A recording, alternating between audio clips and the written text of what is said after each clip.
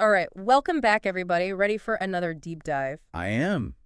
What are we looking at today? Supercars. Well, one supercar in particular, Oh, okay. Which one? the McLaren 750S. Oh, nice. The new one. Yeah, and we're going to be looking at it through their promotional video, the one with the, what's his name? Oh, Wizkid. Wizkid, yeah, that's him. I think this will be an interesting one to look at from a marketing perspective. Yeah, for sure. Like, what are they trying to say about the car, about the brand? Exactly. Right, so the video opens with this amazing cityscape, Oh, yeah. and it's all lit up, like as dusk is settling in. Mm-hmm. And then you see this sleek silhouette of the 750S, and the narrator comes in, and he describes the car as, get this, a legend Ooh. for those who demand more. Right off the bat, setting a high bar. Yeah, they're going for that exclusive aspirational vibe right from the start. Absolutely. They know who their audience is. Okay, so then Wizkid, like a global music icon, he walks into the picture. He's approaching this incredible machine. I get that they're trying to draw parallels between, success and ambition. Mm-hmm. But what do you think about them using someone like Wizkid in a car ad like this? Well, on one hand, I could see how it makes sense, right? He kind of embodies that whole self-made success story. So it's like, if he drives this car, maybe I should too, I could see that. I mean, he even says in the video that he wants a car that reflects your journey, something that stands out, pushes boundaries. Yeah. But isn't there a bit of a disconnect there? What do you mean? Well, Wizkid built his career from nothing. Oh, great. Someone who's buying a 750S, they probably had a bit of a head start in life. Yeah. Do you think his message still resonates with that audience? That's a great question. It's almost like they're trying to connect this idea of self-made success with a product that's, only attainable by a very select few. So it's like selling an image. An aspirational image. That might not totally reflect the reality of their target audience. I think you're spot on. It's tapping into that human desire to leave a mark, to strive for something more. Yeah. And luxury items, like a supercar, become these symbols of that journey. Okay, so speaking of journeys, let's talk about the journey this car promises. Okay, yeah. Starting with those performance specs. I mean, the narrator tells us this thing has a 750 horsepower twin-turbo V8 engine. Whoa. 0 to 60 in 2.7 seconds. Okay, hold on. 2.7 seconds. Yeah. So put that into perspective. Yeah. That's faster than a Lamborghini Huracan Evo. No way. Yeah, it's getting into, like, hypercar territory, like the Koenigsegg Regera. Wow.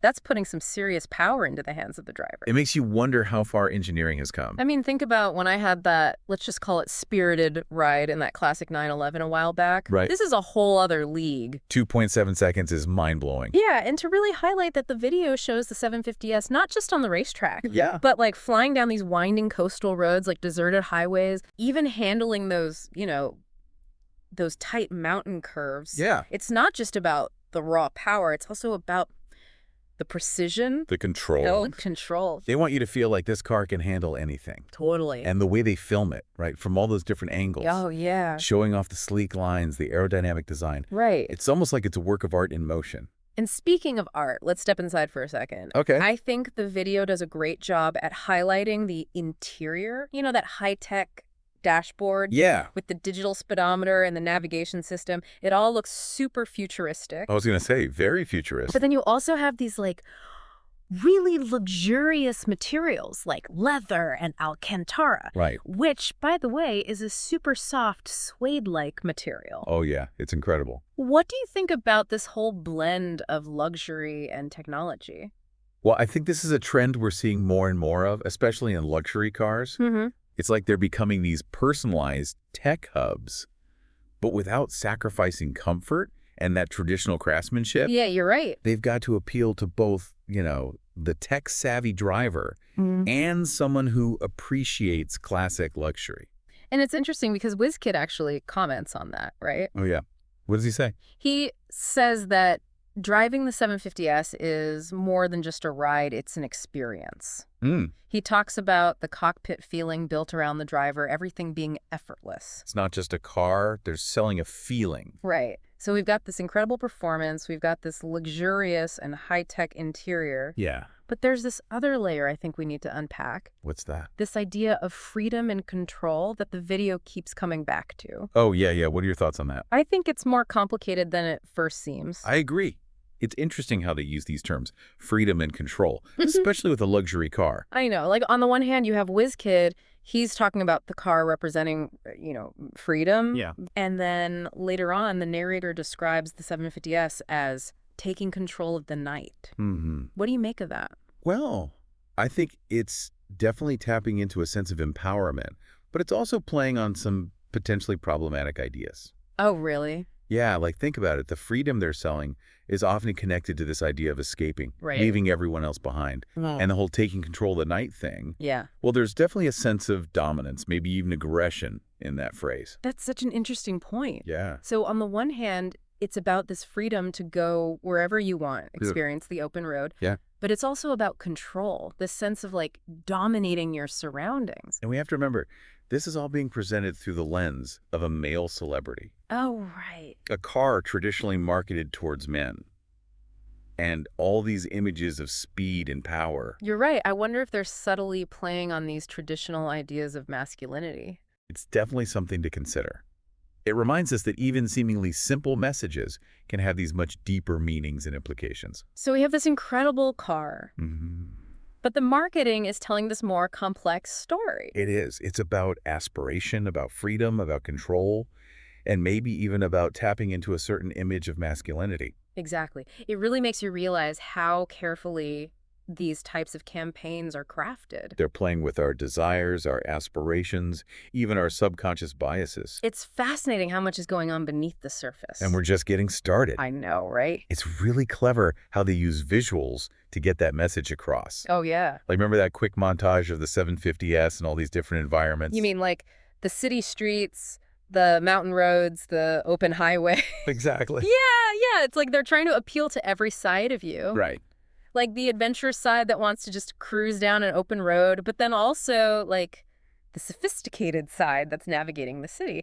It's like they're saying you can have it all. You can be all these different people. And the car is the common thread. It is. They're tapping into those aspirations, you know, those what-if moments. It works. I mean, who hasn't fantasized about driving a supercar? Right. And it's not just about the external landscapes either. Oh, what do you mean? They also highlight the interior. Oh, right.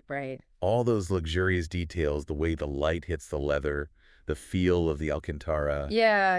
It's like they're saying, this could be your sanctuary. Your escape. Yeah. It's all about appealing to the senses. It's not just about what the car does, but how it makes you feel. Exactly. Which is interesting because on the one hand, you have this car that's presented as a symbol of power and control, but then they're also emphasizing this sense of comfort and luxury. It's like they're saying you can be both, right? You can be a titan of industry, but also relax in the lap of luxury.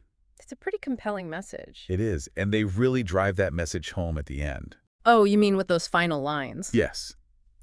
It's more than a car. It's a statement, a declaration of style. Yeah. Power. Ambition. Style, power, ambitions. It's like they're trying to target a very specific person. Someone who wants to be seen as a leader, someone who's not afraid to make a statement. Exactly. It's about more than just transportation. It's about projecting an image. Telling the world who you are.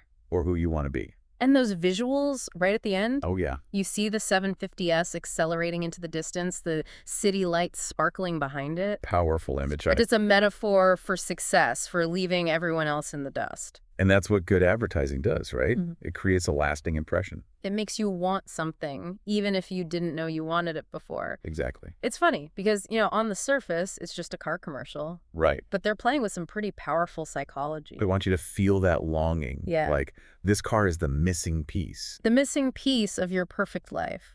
Absolutely. And by connecting those feelings to the 750S, they're creating a powerful association in the viewer's mind. So we've talked about performance, technology, image, even those deeper messages.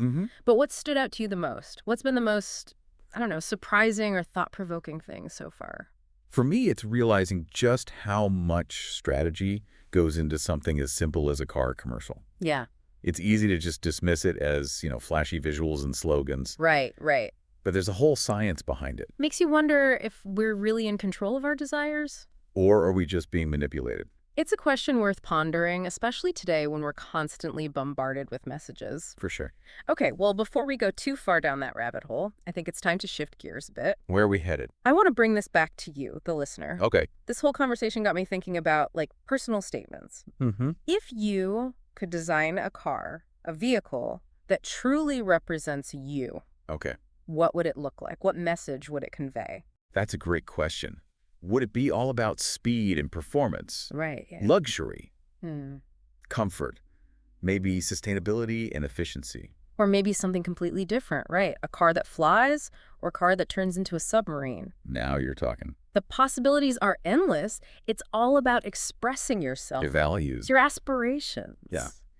And that's what makes this so interesting. It's not just about cars. It's about understanding ourselves. Hmm. And, it's funny you mentioned all those different possibilities. Yeah. It makes me think about how much car interiors are changing. Oh, yeah. We were just talking about the 750S and how it blends luxury with all this high-tech stuff. Right.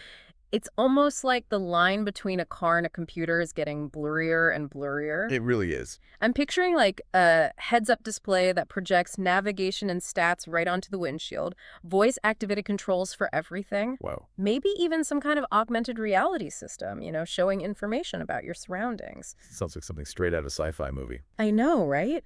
But we're already seeing cars with self-driving features, gesture recognition, personalized climate control. I mean, the technology is moving so fast. It is. It's incredible how quickly it's evolving. And for me, it's not even just about the tech itself. Yes. It's about how it changes the whole driving experience. Oh, Feeling connected to the car, the road, the world around you. It's about integrating technology with the human experience. Exactly. You're not just along for the ride, you're an active participant. I like that. Which brings us back to the McLaren 750S. It's not just a machine, it's like an extension of the driver. Yeah. Their will, their desires, their aspirations. It all comes back to that feeling of empowerment and freedom we were talking about. Yeah. Exceeding those limitations, realizing your full potential, but also recognizing the limitations of those ideas of freedom and control in the context of a luxury product. Yeah, it really is a lot to think about. It's not just about the car itself. It's about what it represents. What it represents, exactly. Our culture, our desires, our aspirations.